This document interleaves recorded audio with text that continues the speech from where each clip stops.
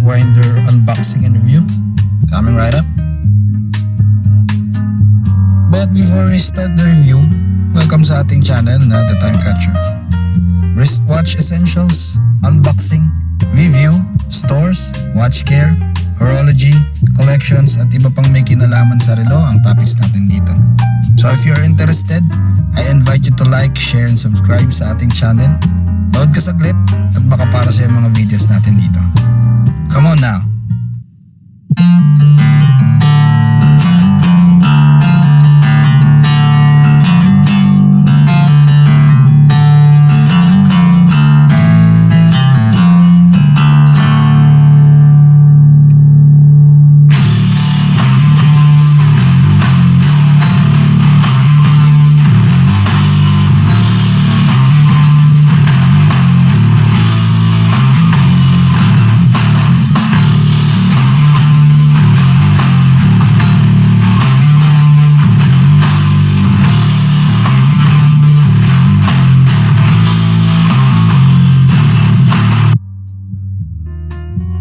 So check natin itong Watchwinder.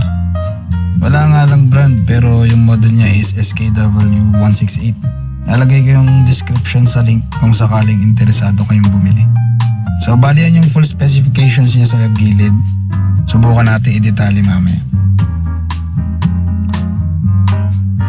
Ayan, okay naman yung packaging. Safe and secure yung item sa loob at dapat may power brick and cable na kasama.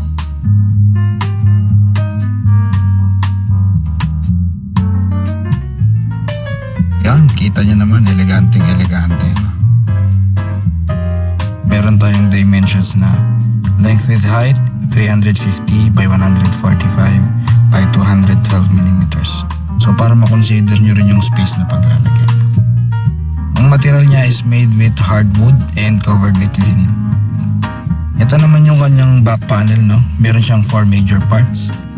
Meron siyang 5 volt power input. Then switch 1 para yan dun sa LED sa loob. Then switch number 2 pang activate nung disc or yung disc sa kanan. And then yung knob with 4 channels para sa rotation cycle and pattern. Sa loob ng box may kasama na rin instruction manual.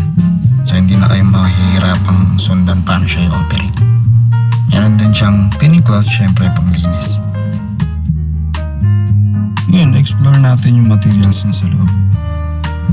Itong rest niya, maganda siya, no? Made with memory foam.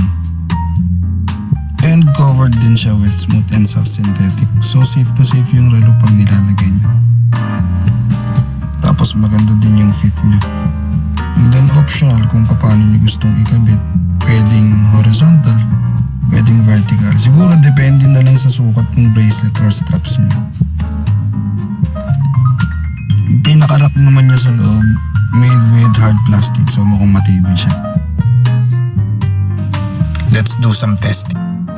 Ito yung initial pagka yung channel 1 lang nung knob yung naka-activate.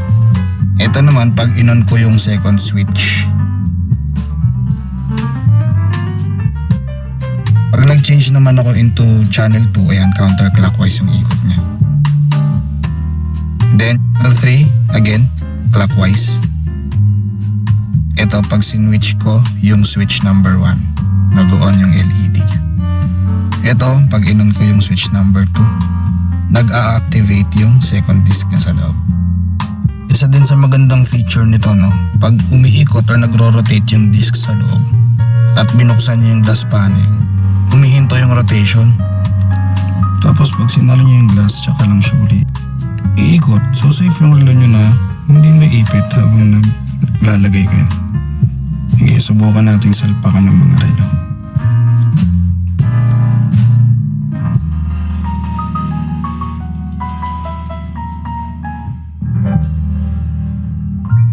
Now let's try to unpack yung controls niya sa likod, starting with the knob. The things to remember lang is channels 1, 2, and 3, pare-parehas lang siya ng pattern, which is iikot for 2 minutes and then magsa-stop for 6 minutes. Then uulitin lang yung ganong pattern. The only difference is channel 1 clockwise lang ang ikot, channel 2 counterclockwise lang ang ikot. Yung channel 3 is alternate. Tapos si channel 4, 5 minutes yung duration ng kanyang rotation tapos 2 minutes ang rest. Now, itong button number 2, switch naman yan yung second disc sa loob. Tapos itong button number 1 or switch 1 is switch naman siya ng LED light.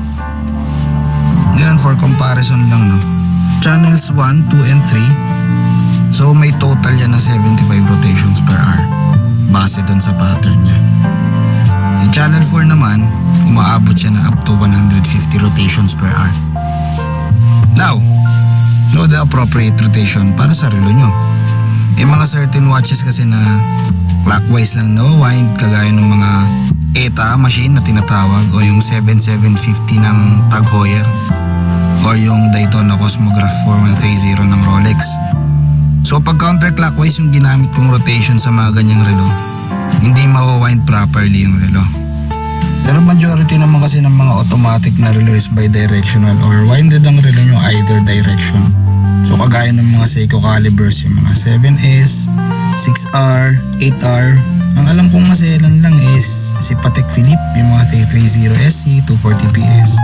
Ganun kasi design yung mga machine calibers nila. Although sa mga technicians dyan, pakicorrect na lang po kung mali ako ha.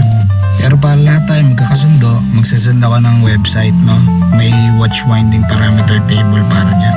Hanapin nyo lang dun yung watch brand and model nyo. Lalagay ko yung link sa description, so check out their website, it's very helpful. So meron tayong time-lapse para makita natin kung ano ba yung nangyayari sa isang buong cycle, no? So let's take for example channel 3. Channel 3 is magra-run siya ng 2 minutes. First is clockwise, then magsa-stop siya for 6 minutes. After 6 minutes, iikot naman siya on the opposite direction for 2 minutes. Then, rest ulit for 6 minutes and then repeat the cycle.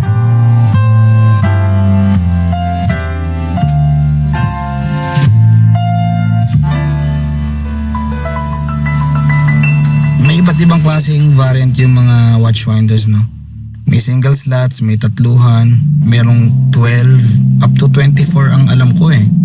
So check nyo sa mga store ni Tissot or Watch Depot sa Makati. Magtanong lang kayo about watch winder or do some research online. May mga high-end din na winders eh. May mga passcode lock or may mga biometrics. Kaso ang price range niyan around 15,000 up to 300,000 para sa mga top model. Kung gusto nyo lang naman. At kung may pambili kayo, syempre.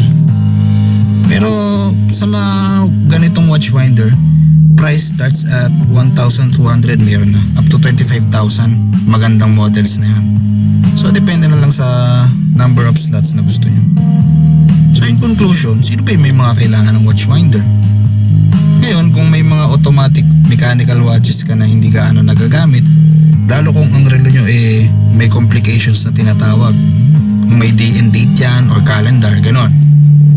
Yung mga automatic na relo kasi humihinto yan for a certain period of time, lalo kapag hindi nagagamit, kasi kailangan nagagalaw yung mga rotor or balancer sa loob ng mga ganyang relo. Na nangyari lang syempre pag suot mo yung relo tapos gumagalaw ka. So isipin nyo kung yung relo mo may day, may date, month, year, tapos isang buwan mong hindi nagamit, tapos gagamitin mo na. So ilang day, ilang month yung i-adjust mo halimbawa. Diba? So in the long run, makakasira, wear and tear ng relo yun eh. Mas maigi may winder ka para ma-avoid may mga ganong hassles, diba? But, halimbawa, puro quartz naman yung relo, pero gusto mo ng proper, elegant storage for your beloved watch, or say, you want a certain piece that catches attention sa bahay nyo. Kung may bisita kayong paparating, gusto mo lang i-flex yung mga relo mo, then you can consider having a watch winder. And there we have it. So I hope you find this video informative or at least entertaining. Palambing naman sa inyo. Like, share, and subscribe. And